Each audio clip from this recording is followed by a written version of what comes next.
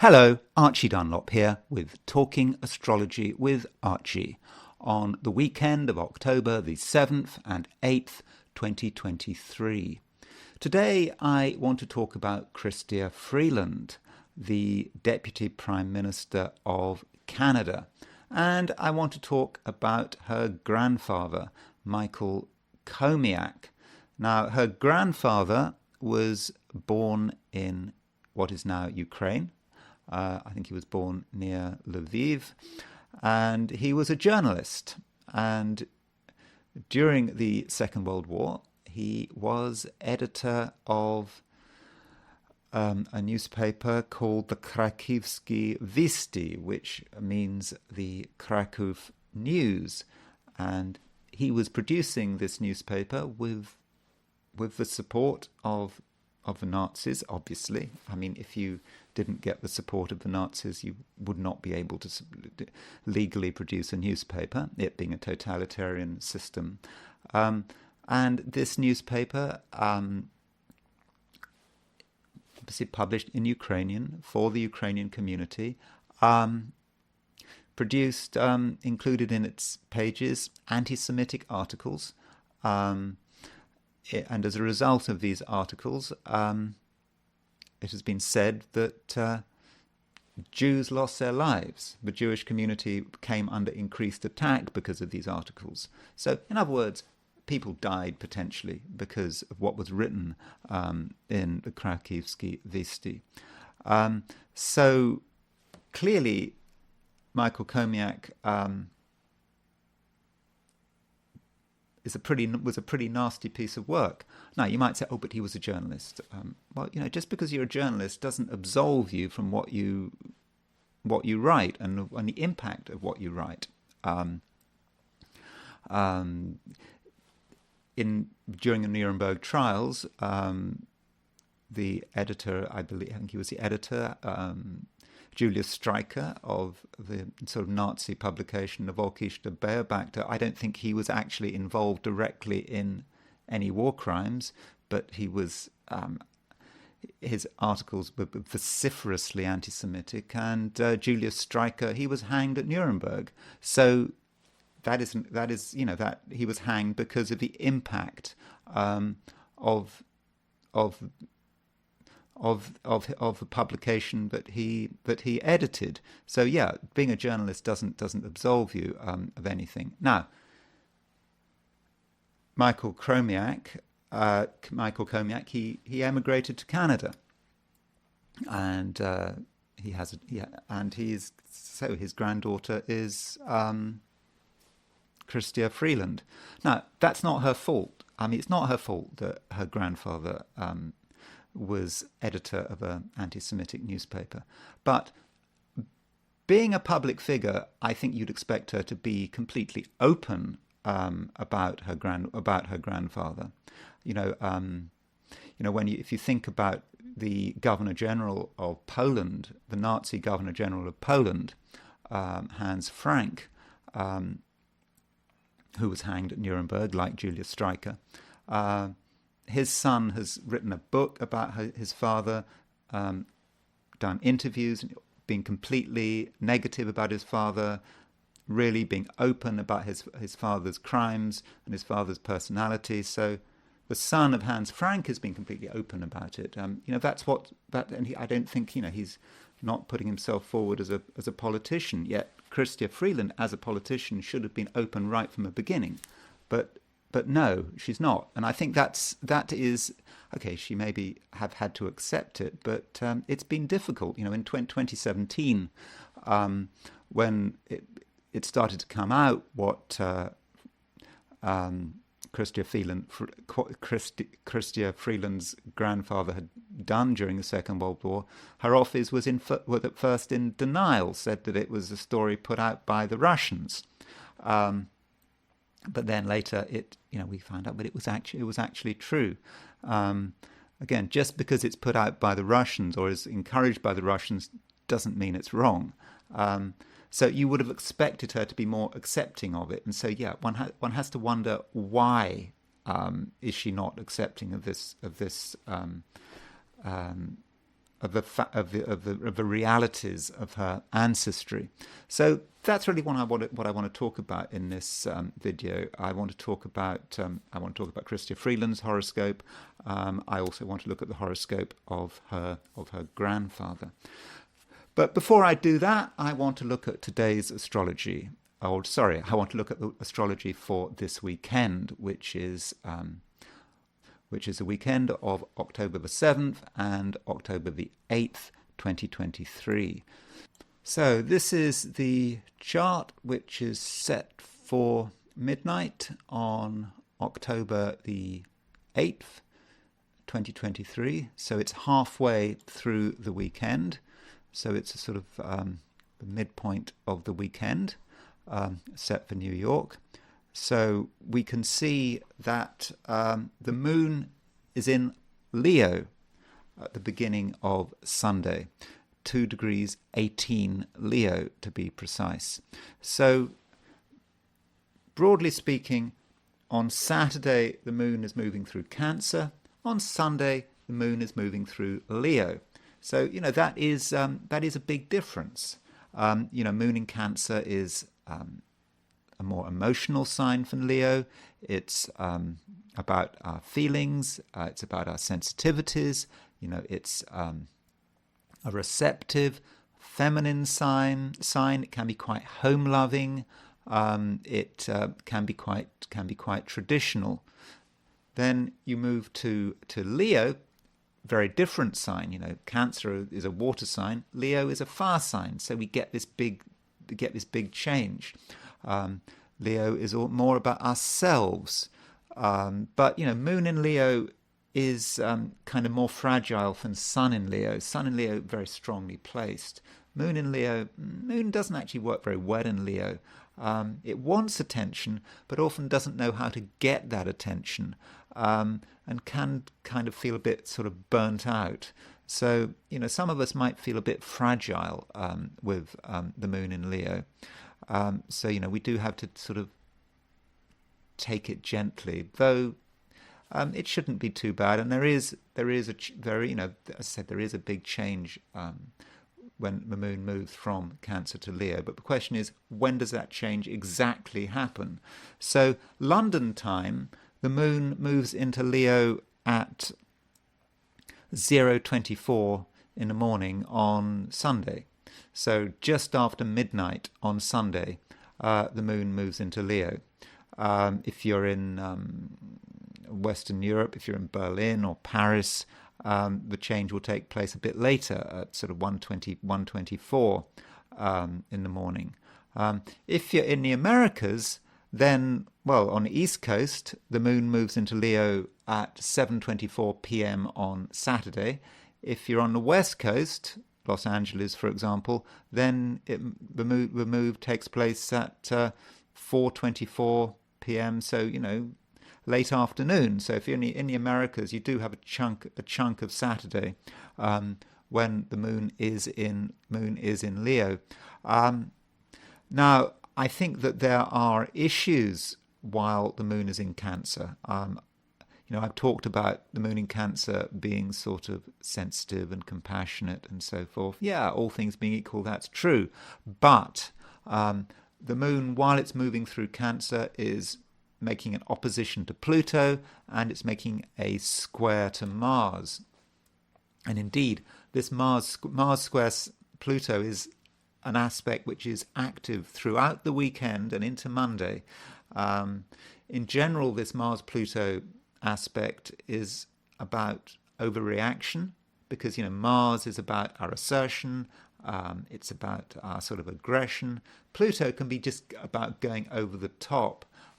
You might link the Mars-Pluto square with the immune system and overreacting to a threat. So I don't know, if you get a wasp sting and everything swells up, that might be a sort of Mars-Pluto thing, because there is an overreaction to the bodily system being compromised. And this overreaction can also be about how we deal with other people. So if someone criticizes us, however mildly, Mars square Pluto might encourage us to go over the top. So we might get the image then of trying to crack a peanut with a sledgehammer. But I do think that this Mars Pluto square is going to be strongest on Saturday, simply because the moon is triggering it on Saturday. So I think that Saturday could be quite a difficult day for many of us, when we do have to tread carefully.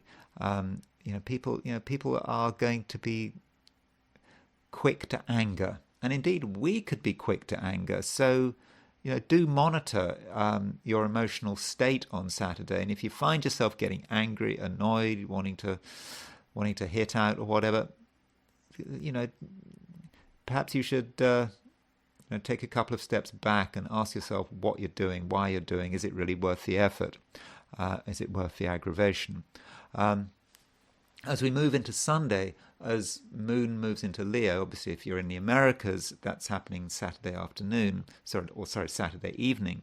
Moon moves into Leo, and it makes a sextile to Mercury. And I think that sextile to Mercury is very useful. It allows us to communicate. We can put people at their ease through our words. So, if we want to reach out and talk to someone, now might be the chance to do it. Also, with Moon in Leo, you think of egos, flattery. Sunday is a great day for flattering people. Making people feel good about themselves. Try to focus on the good things about them, the things you like about them, and really go over the top a little about it. Because people are going to be a bit vulnerable to flattery on Sunday. So flattery can perhaps get you everywhere, or not quite everywhere, but try to focus on the good things about people's personality and achievements and so forth. A bit of flattery can certainly go a long way. So that, I think, is the overall picture for the weekend. I think it could be a difficult weekend simply because this Mars square Pluto does dominate the whole weekend, Saturday and Sunday. But I do think that Saturday is going to where we're going to feel the brunt of it. Sunday is probably going to be an easier day, and this is reflected in my forecasts for the 12 signs. So here are my forecasts for the 12 signs. These are my forecasts for this weekend, which is the weekend of October the 7th and 8th, 2023. Aries. On Saturday, you're trying your best to keep things on the straight and narrow and to avoid unnecessary complications. Yet there are some aggravating factors that could be very difficult to avoid. As you move into Sunday, the situation starts to ease, and by doing what you love in an almost selfish way, you find happiness and peace of mind. Taurus. Why say it if you don't have to? You might feel that you have got lots to say, but once you start expressing yourself, there could be pushback. People disagreeing, in some circumstances being offended. By Sunday, it becomes clear that the best strategy is just to relax in a familiar environment and to avoid controversy. Gemini. It's difficult to ignore financial details, especially on Saturday. It's because you and the people around you will regard money as being important, and this might lead to misunderstandings.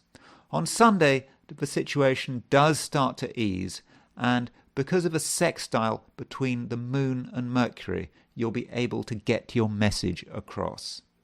Cancer. On Saturday, you're at the centre of things, but it might feel a bit too much. After all, the Moon is opposition Pluto and square Mars. This indicates a high degree of tension and also the possibility of power struggles. You can join in, but only if you can handle it. Moving on to Sunday, and you can be a calming influence with your words of advice making perfect sense. Leo. The weekend might not start very well, particularly if you have high expectations. Friends and family might not be in a good mood, and it might feel that trouble is brewing.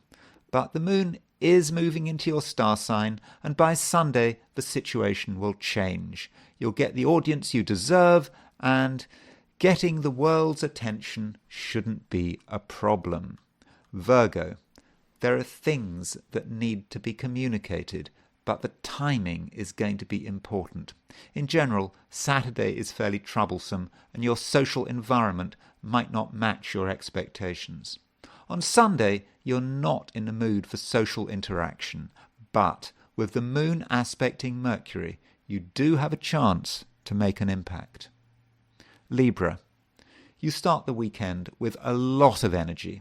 The moon is moving through Cancer, making a square to Mars in Libra, your star sign. You want to get things done, and perhaps you want to spend time on career and business, but it will be difficult to relax. On Sunday, the pace of your life slows down, and you can benefit from the company of your friends. Scorpio. Recently, you've been concerned about the state of the world, and on Saturday, your concerns could be at a peak. You just know that society is doomed. On Sunday, the emphasis changes, and you're concerned about your own direction in life. Career plans may start to develop, helped by a favourable aspect between the moon and Mercury. Sagittarius. To begin with, the weekend feels complicated.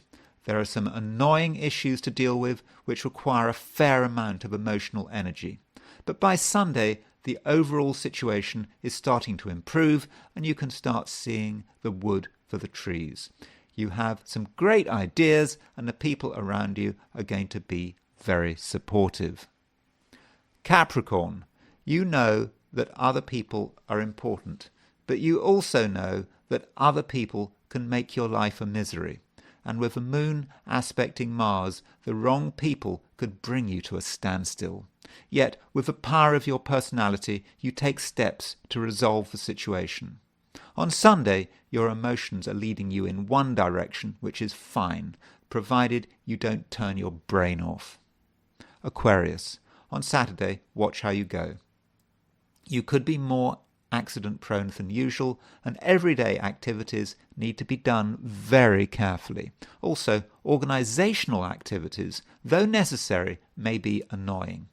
Sunday is an easier day, when a fortunate aspect between the moon and Mercury allows your various relationships to prosper and develop. Pisces. The things you enjoy the most could be the things that get you into trouble, at least on Saturday. But it's mainly because you're not paying attention and you don't take steps to avoid problem areas. By Sunday, the emphasis is shifting. You can start concentrating on organising your immediate environment with the help of at least one other person. So, I now want to look at the I Ching for today. And as always, I ask the question, what is this weekend going to be like for people watching this video? So the first hexagram I got was hexagram number 11, which Wilhelm's translation of the I Ching refers to as peace. Everything is in order. Everything is fine on Saturday, I think. Certainly at the beginning of a weekend. And, this is actually an example of where the I Ching seems to be contradicting what the astrology says. The astrology, I was really, really focusing on the moon being square Mars, opposition Pluto.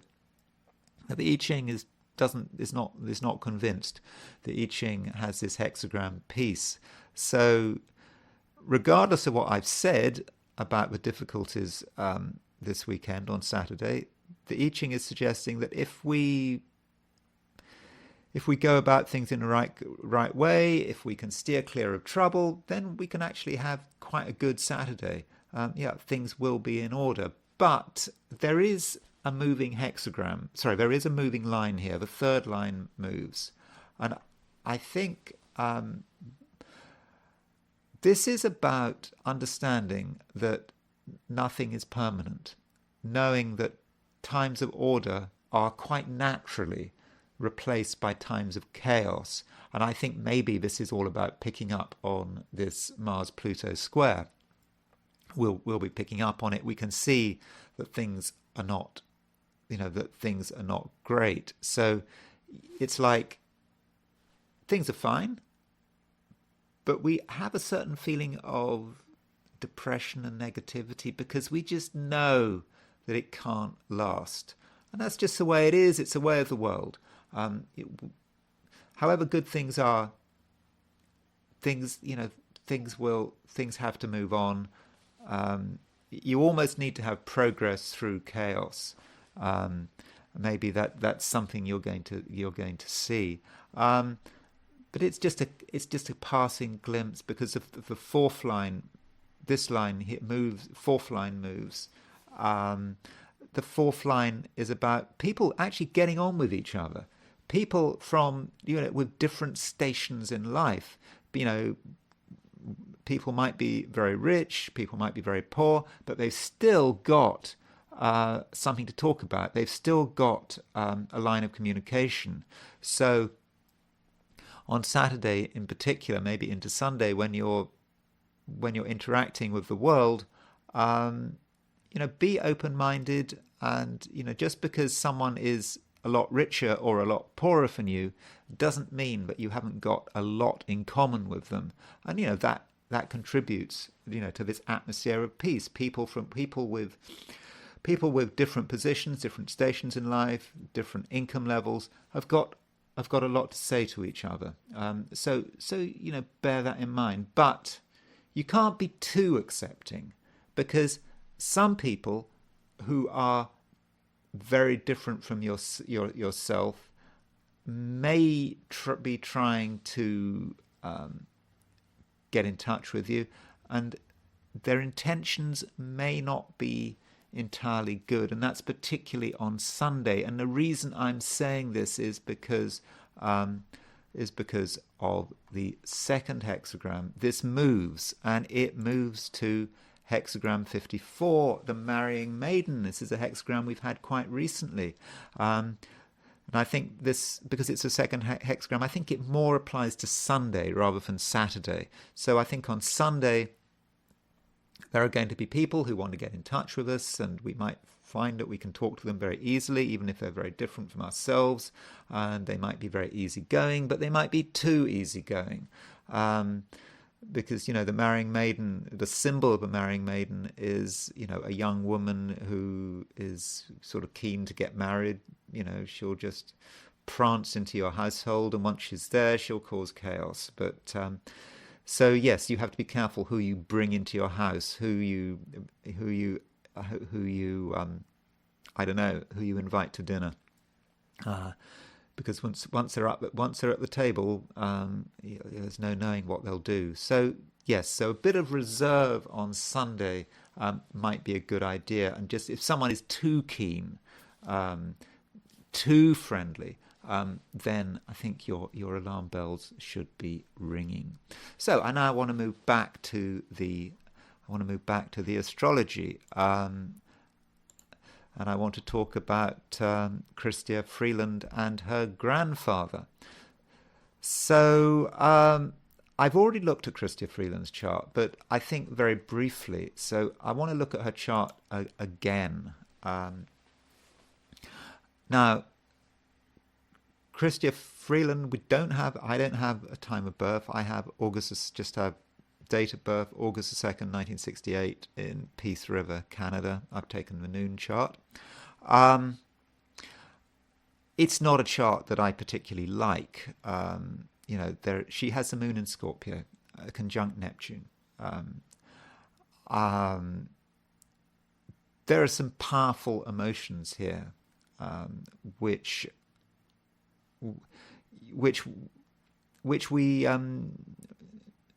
we perhaps don't see She is a woman who is to a great extent motivated by her feelings. Remember, in a female chart, you should really look at the moon more than the sun. So I know she's a sun in Leo, but she's also got the moon in Scorpio.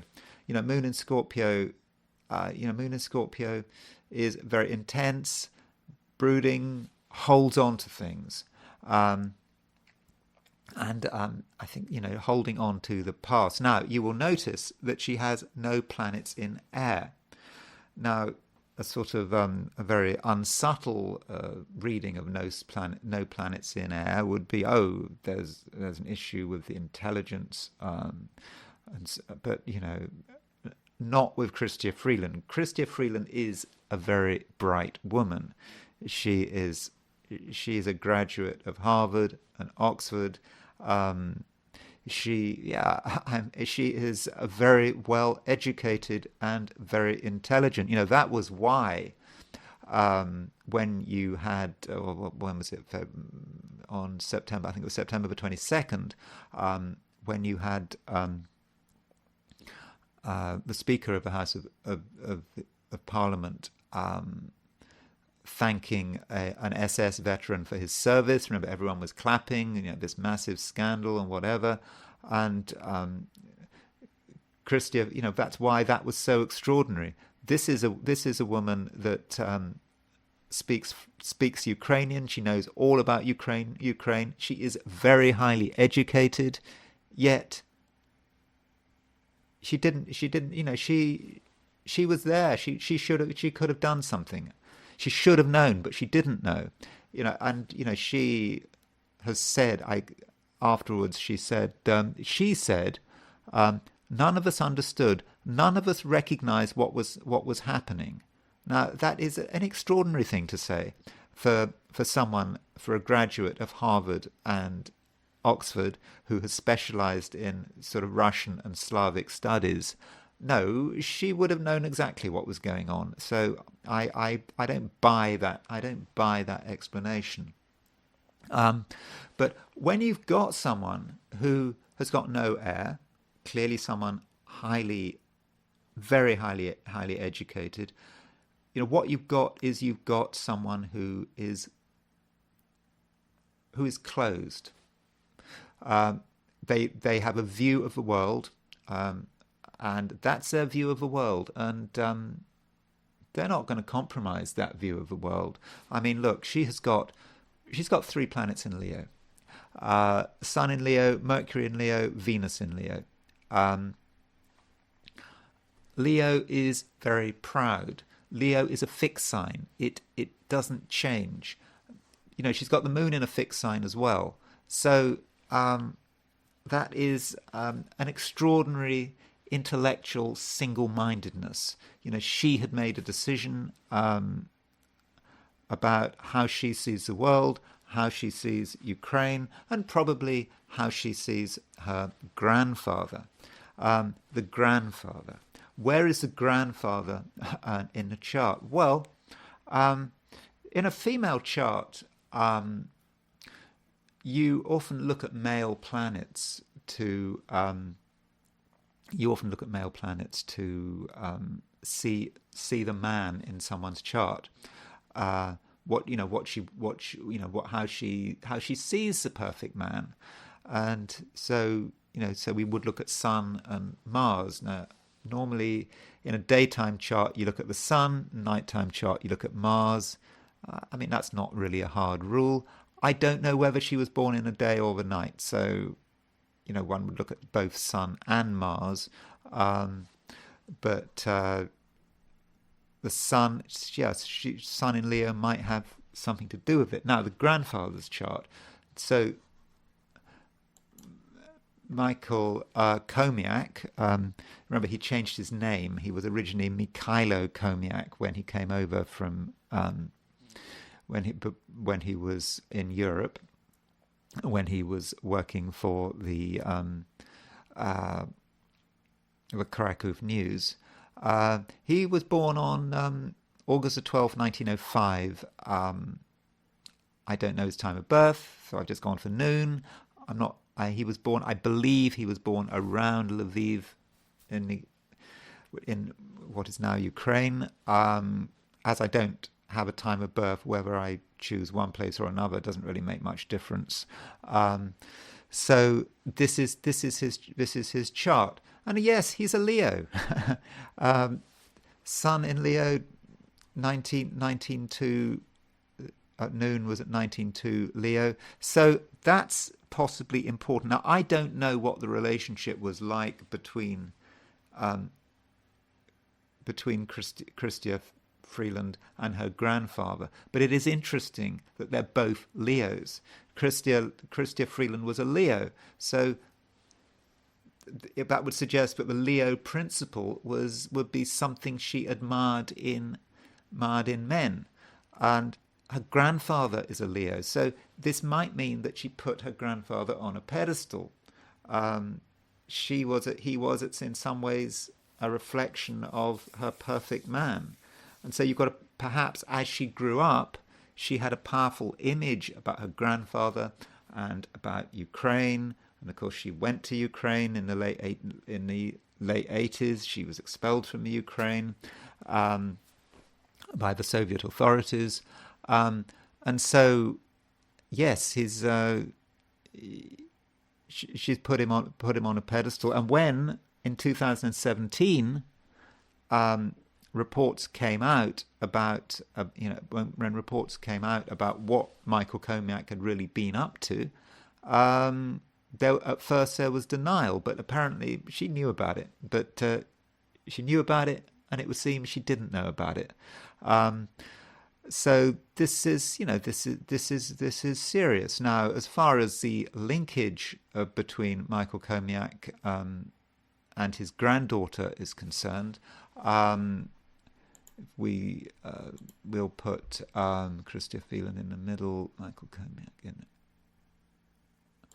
So that's the connections between the two charts. So we don't know exactly where her moon is, but Michael Chomiak had Mars in Scorpio. So it was potentially conjunct a Moon Neptune conjunction. We don't know exactly where Chrystia Freeland's moon is, but looks as if it was somewhere in late Scorpio. So potentially conjunct her grandfather's Mars. So that his Mars in Scorpio, the way he was asserting himself, she picked up on it all. She probably thinks, oh, he was there, Mars in Scorpio, asserting himself on the behalf of Ukraine during the Second World War. And the moon just sort of sucked it all up, and it just became part of who she was. And so that might explain part of the denial. And likewise, we can see Chrystia Freeland's sun at 10 Leo, his sun at 19 Leo. Okay, they're a bit apart, but we can see that they both have the sun in Leo, and I think that must add to the tie between the two people. So I think with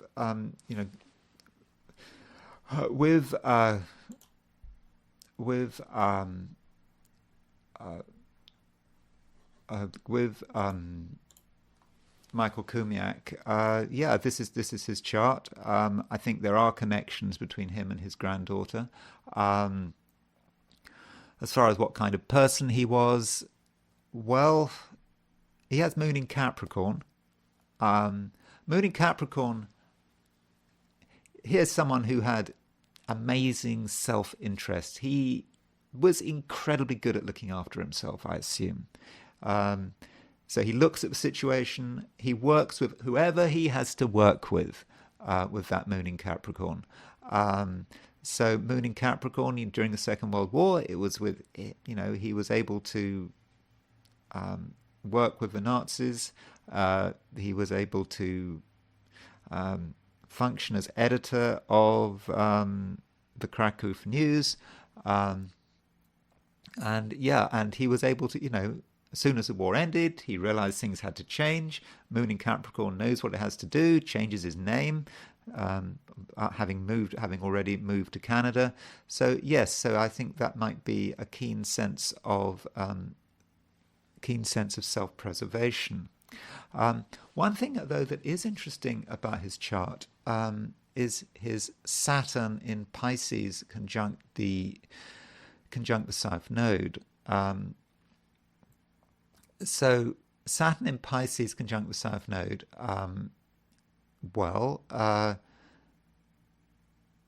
That represents something quite karmic about the past. But the past is becoming the future almost, because Michael Comiac, although he has been dead for nearly 20 years, I think he died in 1984, he's got a Saturn return coming up. So the question is, can dead people have Saturn returns? Maybe they can. And his Saturn return, you remember, he's got his Saturn at 020 Pisces. And Saturn goes stationary direct at the beginning of November at 0 Pisces. So he's got an exact Saturn return at the beginning of November. You remember, that Saturn is at the time is going to be opposition Ukraine's Ukraine's sun. Remember that Ukraine was born on August the 24th, 1991, and so Ukraine has its sun at 0 Virgo, and Michael Comiac, he has his North Node at 0 Virgo. So you could say that North Node, his North Node is on Ukraine's future sun, and he put a lot of effort into Ukrainian independence. So, and I'm looking at this not in a way to criticize Michael Comiac, because everyone has got their destiny. Everyone's got a destiny which they have to do, and there's not much morality in a destiny. Some people have got to do terrible things, maybe. And so it's just so interesting that Michael Comiac's North Node is on the sun of an organization that didn't actually exist in his lifetime. In other words, that organization is Ukraine. He died in 1984. Ukraine got its independence in 1991.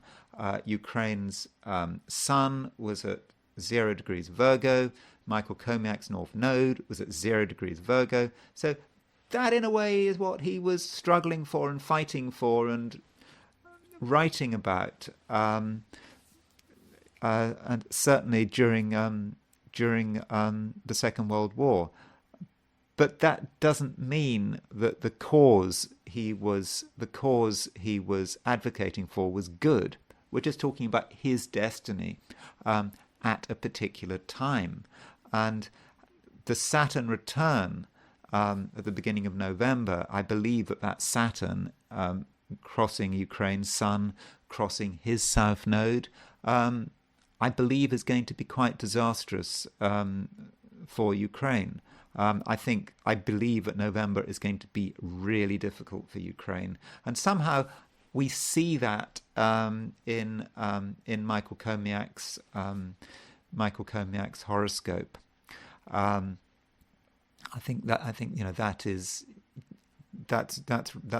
That's really important. But in terms of Chrystia Freeland, finishing up with just a brief overview of the chart, I think it's just the issue of denial here, and I think this is quite frightening.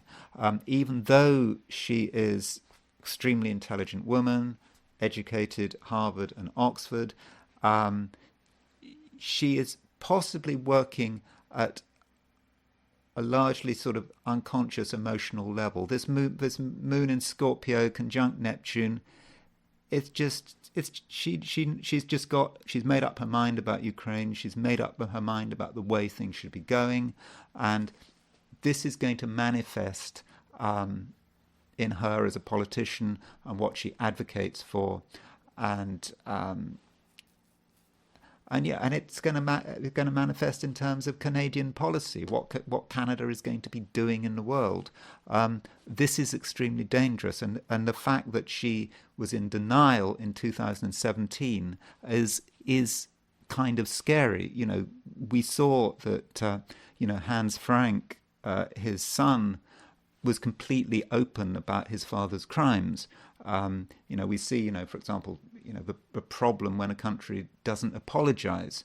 Like with, Japan, always saying, has Japan really apologized for what it did during the Second World War? You'd expect Chrystia Freeland, as a public figure, to have been more apologetic, more open about what her grandfather did wrong.